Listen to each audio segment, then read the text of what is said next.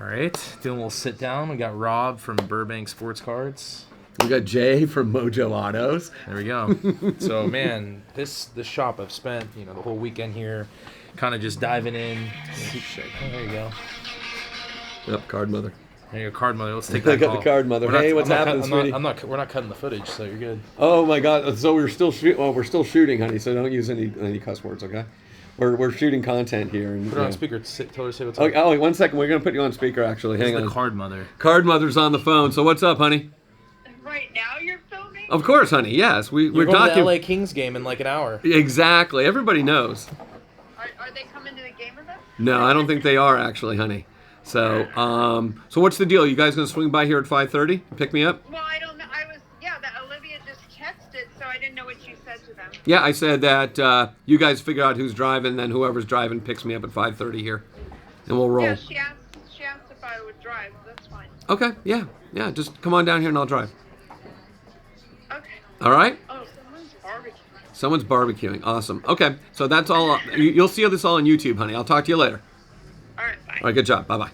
Okay. There you go. Card mother. That's the card mother. So Had to get rid of. Yeah, that's the boss. She tolerates you doing this pretty well. Tolerate. Puts up with. Yeah, tolerates the word. Yeah. That's a good word. Yeah. So I'm gonna ask you some questions. A couple little reflection things here. How long have you had the spot?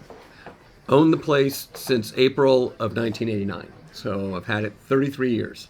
I was 22 when I started the business. 22 years old. And I was 12 years old when I started working at the business before. It was a coin and stamp shop. Yeah, we were talking about that. So you used to do coin and stamps, and you offered to sell sports cards there, and then you took over their business almost, basically. Yeah, basically, I didn't know that sports cards were like coins and stamps, and they had price guides. And I didn't know that. Once I found it out, I started selling cards inside the coin and stamp shop. Yeah. And it just took off. And soon I was like 19, and I was making more money than the owners of the coin and stamp shop. And eventually in 1989, my father and myself, we purchased the company and been grinding away for 33 years since. 33 years. Wow. So you've seen a lot. I call this kind of the COVID collecting era, whatever you want to say, the pandemic collecting. You've seen spikes. You talked about 1986. You talked about 90. I think it was 97. 91. Yeah, there's different. So tell me about the spikes. Start with the spikes. The spikes really. Sum it up the best. Late 1986 was probably the first really big spike where there were trade. It was when rookie cards became hot and people started collecting Mattingly's and Boggs and Ricky Henderson's, and then they started speculating on guys like Wally Joyner. It was the first time that we were really seeing people looking for 100 of the same card, 1,000 of the same card, because there was a lot of quantity being produced, and dealers were literally selling 100-count lots of 1987 Topps John Crux, and for $40, 40 cents a card, and that was kind of the market then. And it was a huge spike there. 1991 was probably the apex of that era. You had 89 Upper Deck coming in, Upper Deck changing the game. By 91, you had Upper Deck football, Upper Deck basketball, Upper Deck hockey, and that was kind of the apex of the industry for that period. It was a card shop on every corner. And then that transition, let's fast forward. We get to the early 2000s. We go through the recession. How did you do during the recession for sports? Well, I think before that we have to talk about some of the labor strikes. Those were things that really kind of ground things to almost a halt. Was the baseball strike. We had a basketball strike. Those are killers. And then, of course, the recession of 2008. A lot of shops went out of business. And a lot of shops were kind of like trendy shops. Like, we're going to deal in Beanie Babies. We're going to deal in Pogs and, just different things. And not Pokemon, but they dealt in different things. And those things would go away, and they didn't have like a strong sports card base because they were getting so wide in what they did. And a lot of shops went out of business. It's not an easy business. It was one of those things where there were too many shops, and the demand wasn't there for all of them, and it was the strong survive. And what year was this in? This was really after the baseball strike of '94, and it went for a while too. So how did you guys survive? Why did you guys make it? Why are you still here today? I think we outworked everyone. We focused on what the consumer wanted, and we took full advantage of the internet and selling online and growing our base from 40-mile radius basically to the world, and just built an online business that no one else had at that time. And so even if the store was really slow, we can be having a massive day in the store. And built systems, got things up way quick, and had a huge head start on the rest of the industry as far as online went. So what was your first like online sale experience? Like, it's crazy what you guys have established now, but I want to hear like how it first started. Well, the internet, for the most part, was informational. For a long time, it wasn't really something where you were selling things. It probably wasn't until 1999 where I had a conversation with Mark Harwell, rest in peace, brother, VP of Beckett. And he had this idea where literally he would let me use Beckett's database, which had all the nomenclature, all the pricing, and all the traffic of Beckett.com, putting cards of mine into that database and pushing them to the website. And that was kind of the first glimpses of how big e-commerce could be for us, because all of a sudden, you could go on my website back in 1999 and look for Ricky Henderson cards, and all of a sudden, you've got 400 or 500 different Ricky Hendersons popping that start at 25 cents each. And it just snowballed from there, and using that software and gaining traction with eBay and moving to our warehouse building and being able to scale it out that way. And I believe we've been a market leader in that for the last 22, 23 years. And you're able to basically take your showroom and expand it infinitely. I have probably 10,000 showcases. By utilizing the shelving and the technology, my showroom expands exponentially. So no matter who you want to collect, if you're a Baltimore Orioles collector and you want to collect cards from 1988 when they were god-awful, you can literally type in 1988 Orioles. I'm just kidding, because he's a huge Orioles fan. I'm just totally messing with you. But literally, you can type in 1988 Orioles and just, I'm not going to have them in my showcases. I'm not going to have them in the fishbowl. But virtually, you can shop us for damn near anything. And I think that's a huge competitive advantage that we have. And I'm hoping that store owners that are coming in now that are your age will realize that physical's great, but we need to actually have an online component to match up with it. I think that's critical. Yeah, I like that. You have your family working here. Oh, Did yeah. you expect your son to be working with your dad? Well, yeah, that's like at 22 years old, it's just coming into this. It's really kind of surreal, actually, that my dad, you would never imagine my dad working with me if you knew my dad 30, 40 years ago, immigrant from Hungary, works his ass off, built an amazing company from scratch, general contractor. If you would have told 12-year-old Rob that in 43 years you're going to be working with your father in a baseball card shop, I would have just told you that is the most ridiculous thing I've ever heard. But I've been fortunate for the better part of my life to have a family business and to have a father that helped create all this stuff around here, and then to have a son or have a kid that you can sit there and pass this to that has the same passion. Because when he was little, that was probably the furthest thing from my mind would be from him working for me and taking over the business. What's he going to be? Is he going to be a doctor, a lawyer? Is he going to work in construction? Who knows? It's endless. What's he going to school for? And the fact that he came to work here, but not just came to work here, came to dominate here. And customers love him. We wouldn't be in this building without him.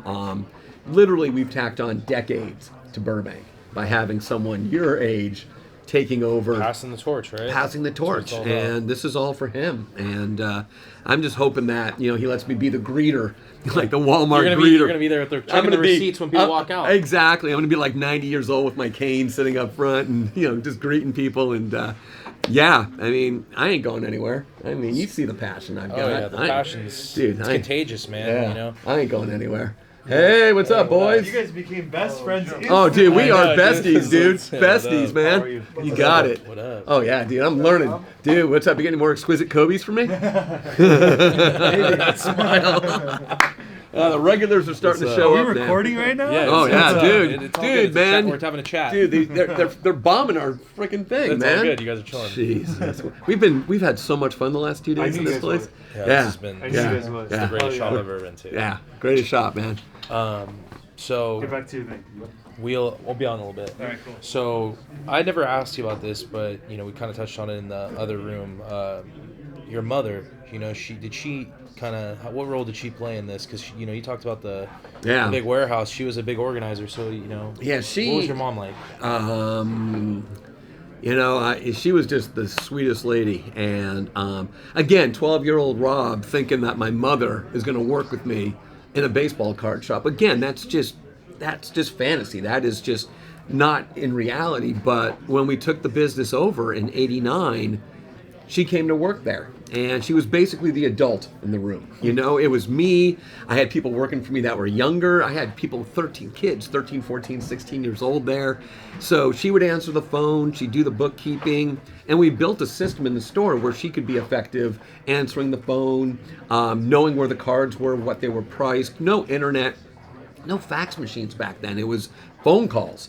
And she wanted to be a part of getting the info to the customers. And you know, there's no one you can trust with your money quite like your mother. And having her there and not worrying about a damn thing was huge. And just working with your mom.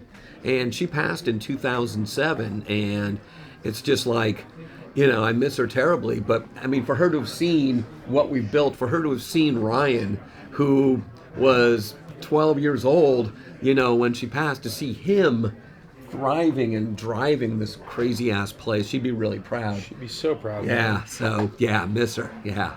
Yeah, man, that's cool, man. I could tell, you know, when you're talking about her in the warehouse and stuff like that, she meant a lot to you. Yeah, no, I mean, mean, I think that warehouse that's a part of her that's always there. Yeah, it's, you know, you built it.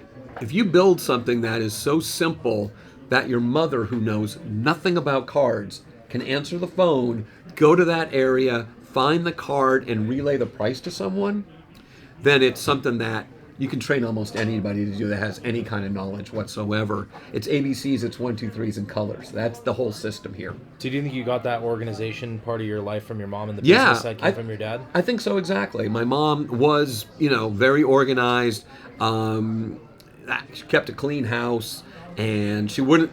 The thing was, and it's great having my mom there because a bunch of 20-something kids running a shop, things could get out of control, things could get piled up, and having your mom basically telling you to clean your room, you know, it's like, having her there was large, and customers adored her, and that was great. And she was with us, you know, 89, 19 years she was in the store, you know. And my dad was a very successful general contractor.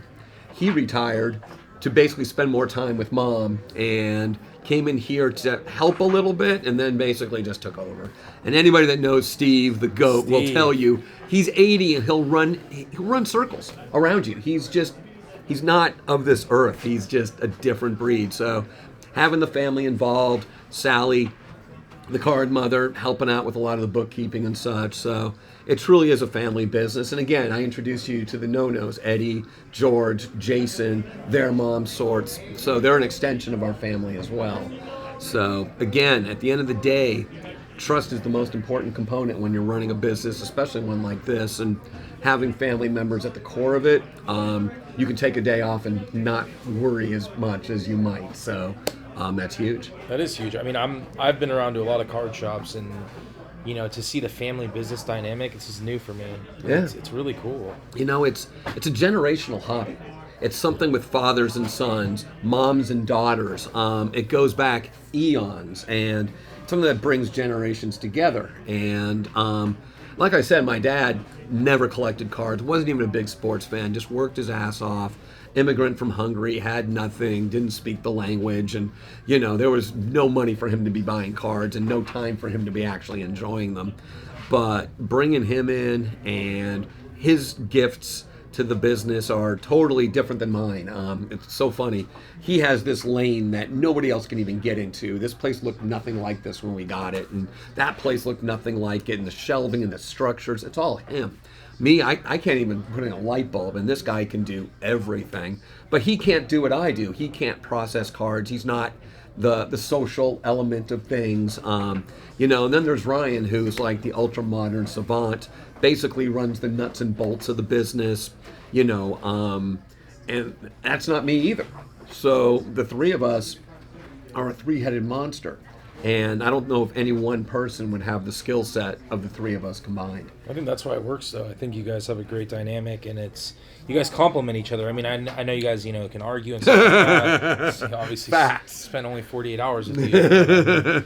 It works out really well, Yeah. And what I want to know from you is, like, what brings you... Damn, there's a lot of people in here. Is there? There's a lot of people in here. What keeps motivating you to keep showing up here at that 7 a.m., 8 a.m.? Like, you're grinding, man. You were telling me you put in the headphones, you kind of get in the zone. What motivates you to keep doing this thing? You do what you love. You never work a day in your life. I love it. It hasn't never gone away. I've just got this connection to cards that is so strong that I never dread coming in. And when Sally wants to go somewhere, I'm like, oh, I can't be here for the day. It's like my favorite thing is to be here. I have no other marketable skills. I mean, literally, this is all I've done since I'm 12. I dropped out of college at 19. I don't have degrees in anything. I'm not real good with my hands. I'm just learning reels, thanks to you and IG. I'm not much of a tech guy either. But literally, and that's a motivation where you're like, what else would I do? I don't want to do anything else. So that's what drives you if you own your own business, or your own boss, and you don't want to have someone be your boss. That motivates you. And it's not the only thing. I enjoy the cards as well. But just like anything else, if you're starting out and you've got your black box and you're doing your shows and you're traveling, you want to be successful because maybe you don't want to be in a cubicle. Maybe you really enjoy being your own boss and you want to make this your life's work. It's going to make you work harder. It's going to make you stay up later. It's going to make you learn more about the business. And it's not a fear of failure per se, but it's something in the back of my mind that if I wasn't doing this, what else would I actually do? So I think there's that. Do you have, I know a lot of people my age are doing cards full time. What kind of advice do you have for guys in there, that might not want to go to college, or they're thinking, I want to try sports cards full time? Like, a lot of people we've talked about it, people will open shops, stuff like that, but what advice would you give if you give them 5 tips? 5 tips. If you're not going to go to school, college isn't it for everyone. I'm a firm believer in that. Sometimes getting it on the ground floor of something and working your way through it is kind of like creating your own degree in what you want to do. Not everybody belongs at school. Ryan went for 2 years, I went for 2 years, and we realized that this is what we want to do, and the education is based here. This is an education. This store is an education you can't get in college. If you want to do this for a living, there are no college courses to do this. You're not going to Sports Cards 101. There's no cardiologist per se as Sports a teacher. Card University. When is it coming? There's no university. We need a crash course from you. Yeah, well, we can talk about that. But first advice is don't be a dick, especially if you have a retail store. So what does that mean? It means just treat your customers the way you'd want to be treated. Treat your employees the way you'd want to be treated. Just be pleasant. And it shouldn't have to be something forced. It's something that should come natural to you. Just put yourself in the customer's shoes when you're doing a deal, when you're showing them something. Just pretend it's you that's walking in. And I always say, Bath and Body Works. I mean, walking into a business that I know nothing about, but I got to buy something for somebody. And it's the same thing when they walk in here. It's overwhelming. You don't even know where to start. But you need, as someone that runs the business or your employees, you need to be able to guide them, educate them, and not get frustrated with them. And you also got to, number 2, when you're buying things from people, you need to understand that these can be their prized collectibles. They might have had these for 30 or 40 years. You also have to realize that they have expectations coming in that you might not be able to meet. But if you can't meet them, you have to explain why.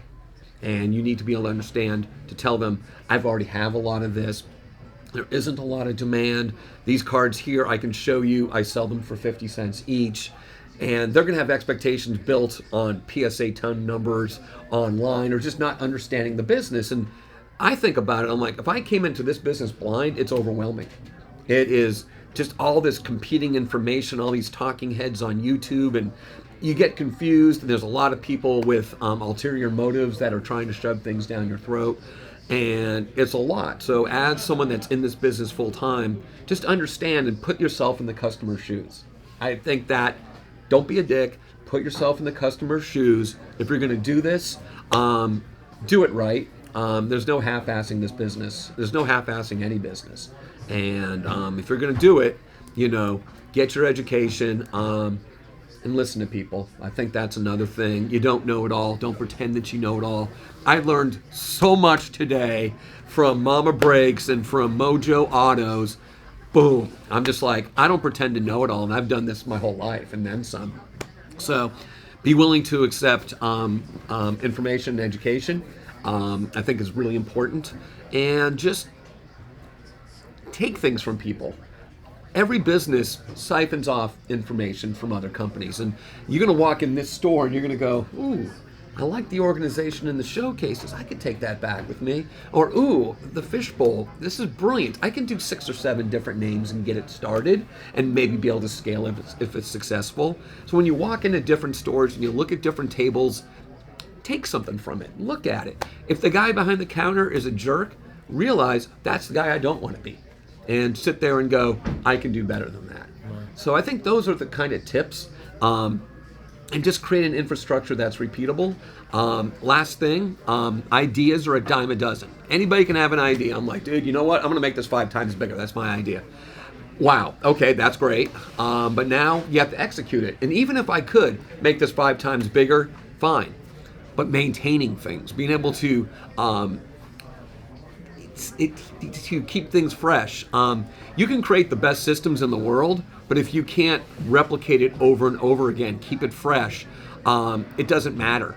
So ideas are great, getting them executed and done is great, but remember, every day you have to grind on that idea and make it better and make it where somebody's going to come in the fishbowl on a regular basis and see new things. People are going to walk in your store and see new things in the shelves and the showcases everywhere. You want to drive people more than once a month, more than once a week.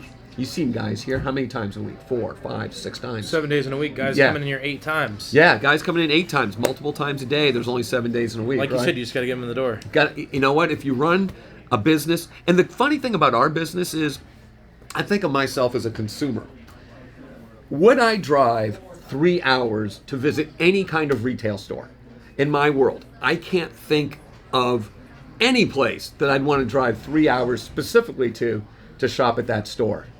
But we have the ability to generate that kind of commitment from a customer, and not just once a year, but once every couple weeks in a lot of cases, where they'll get in that car, they'll pass all these shops to get me. They'll pass eBay. They're going to not be on eBay. They're not going to go to a card show. They're going to come here. And what does that feel for you? It feels awesome.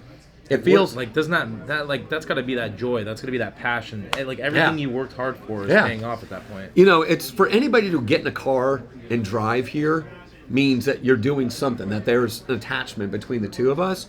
But it gets exponentially harder, especially in LA traffic, to have people coming from Laguna and Santa Barbara and San Bernardino and all points in between. You've been hearing where people commute from. It's crazy. And we like to think it's because of the vibe. Yeah, we got a lot of cards. Yeah, it's a big place. It's all that. But I think at the end of the day, it's people feel comfortable here. They feel happy. They leave their troubles at the door. And they walk in here and they're kind of like a kid. You're kind of like you're going through cards and you kind of feel like you're 12 again, right? Yeah. And I'm like, and this is the kind of place that literally is like a time machine where, yeah, you're 30 and you're 60 and whatever. But now you're playing with cards. Now these memories are rushing back, and you're bringing your kids in.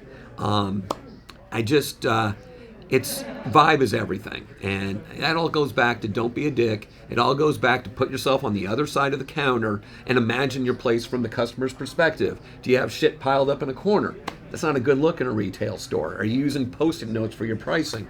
It's not a good look in a retail store. Are your showcases haphazard? It's not a good look. People ask you for something. Are you saying no way too often? You need to look at yourself. Why am I saying no? Can I say yes more? How do I do that? If I walked into a retail store and all I heard was no or negativity, I'm not coming back. You have one chance to make an impression. It's amazing right there. One chance. People come in and it's like going to see an athlete, and the first time you see that athlete, that athlete is trying to make sure that everybody that first time they're seeing them is seeing them at their best. And I think that's the same thing for any retail business. If you don't have something for somebody and like you don't, Yeah. do you put that on the list? No, because the list would be endless. So how do you deal with that? Like, unless it commonly comes up, right? Oh yeah, it's like I don't have everything. I just have more than anyone else. There's literally 16 million different cards that exist per Beckett's database. 16 million. That's a big number from 1887 to present, and it gets exponentially larger every single year. You're not going to have everything, but if what you have is organized, if what you have is available in a database 24/7 where it can be shopped from anywhere on earth at any given time, and if what you have is freshened at a rate where you can come in daily and just be floored by what's new. You can hop on that website and go, whoa, those cards weren't there yesterday.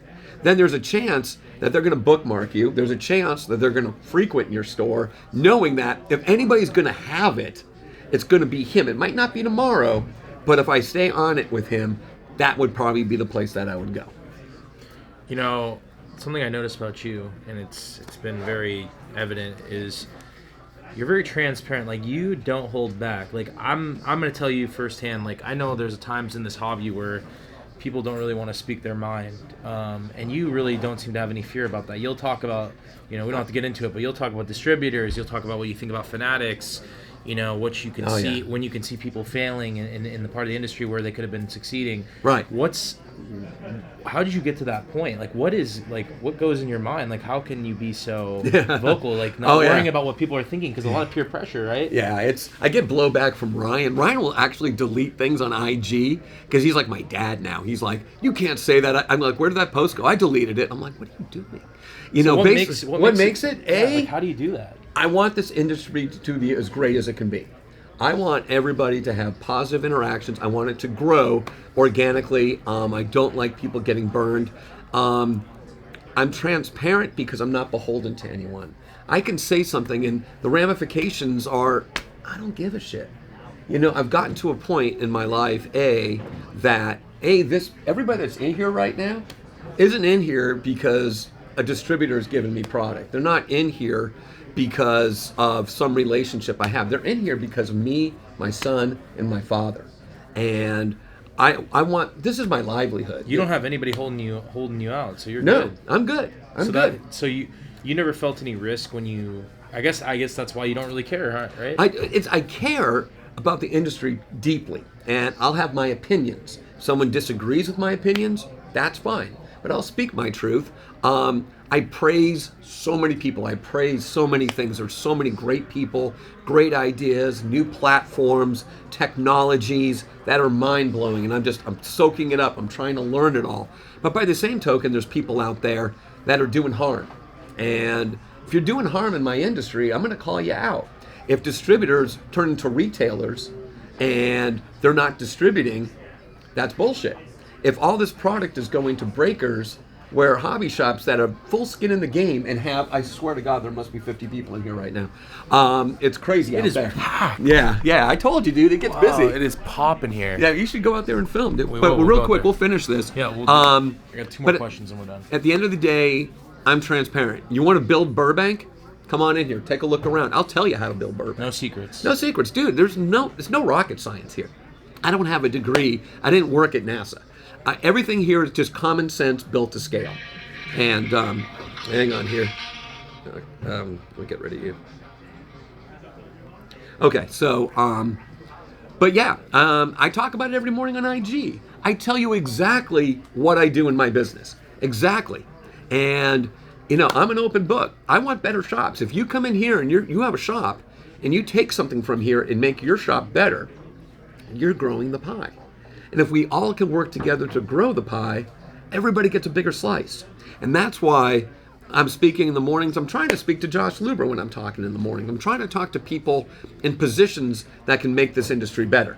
I think you're a staple part of that. And I think I asked you like how do you vocalize, but I think you nailed it with the fact that you will speak up and because you have an impact in this community industry, but in a think so. positive way. You're not Yeah. holding on secrets. I mean, how many businesses can you say are that transparent at this level?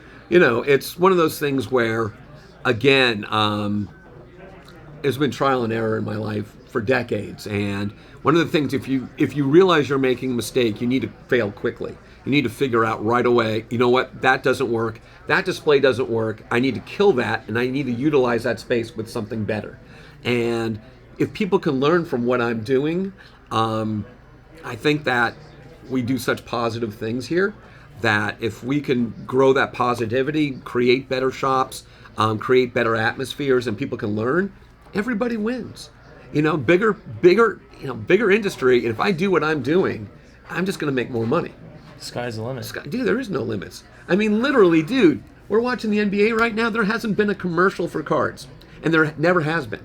And that's where you talk about fanatics coming into play. Fanatics comes into play. People are scared. I'm like, dude, all they're going to do is make the pie massive. They're going to turn casual sports fans into sports card collectors. They're going to put cards into places we've never had them before. They're going to be able to have athletes breaking. They're going to be able to reward the best hobby shops. Because if you reward the best hobby shops, then they can take those rewards, sink them back into their business, be able to buy anything from their customers, process it. Everybody's going to win. But it's just like... I think the fear comes, where the fear comes in. I think the fear comes from people that are not willing to adapt and change. You seem very confident in this because you're willing to adapt and change, and you're ready for everything. Dude. You have a heads you win, tails you win mentality in this situation. Well, I mean, we moved in here 10 months ago, and if we need to move in 10 months to a bigger place, it's not off the table. We're going to adapt. When we built this, there was no precedent for a shop like this. Nothing looks like this out here. We had a blank slate, and just because we did it in the past, and just because all these different shops have done this for 30 years, doesn't mean it needs to be done now. And then we're adapting. We're adapting to consumer habits, and that's what we're doing in here. We listen, we adapt. People want new things, new arrival cases. People love putting their hands on cards. Fishbowl. People like price points. We got $5 slabs out there. People love hobby product. We go as wide as anybody out there with selection. And people want to shop us online. We have the best experience in the industry online. So those are the things we hear from our customers, and those are the things that we put into practice. And we dedicate the amount of space and resources accordingly to what people really want to see. And it's not easy. It's not cheap. And it's a daily grind, but it's worth it, and I believe we built the systems and we have the employees to really make this pay off. Hey. What? Yeah. Oh, air conditioning? Eric and dude. This is the slab doctor. I've been waiting to bring him here. This is the guy that cleans everybody's cards. Oh, before he okay. sends in, How's it going, and he gets I'm the tips. card father, man. Nice to meet you. How you doing? All right, let's we'll wrap this up. We'll wrap this up, Hey, brother. Hey, we're gonna thank sit you. here. We're gonna do this a I know. lot, man. Hey, I'm so glad. We're I was able to do- collabing right now, man. Always, bro. I'm Card glad we- father and Jay, man. Hey, Sky's I know- the limit, right? I know why they call you the Card Father, and this is one of the greatest shops I've been to, and I've traveled around the United States of America. This is your favorite you hit on shop? the- Yeah. So tell them about the show real quick. When is it? Oh, Burbank show. August 26th through 28th. Best location in the industry. It's in Burbank, and it's literally, you get off a plane, you walk across the street. It's at the Marriott Convention Center. You'll be able to go. stay at your hotel, I'm be able to going. go to the show. We're bringing in the best dealers in the country, and we're going to have, it's going to be amazing. It's going to be amazing. Yeah. And we're going to be there. Damn straight, brother. Let's go, man. Let's go. Let's go see what the hell's going on out there.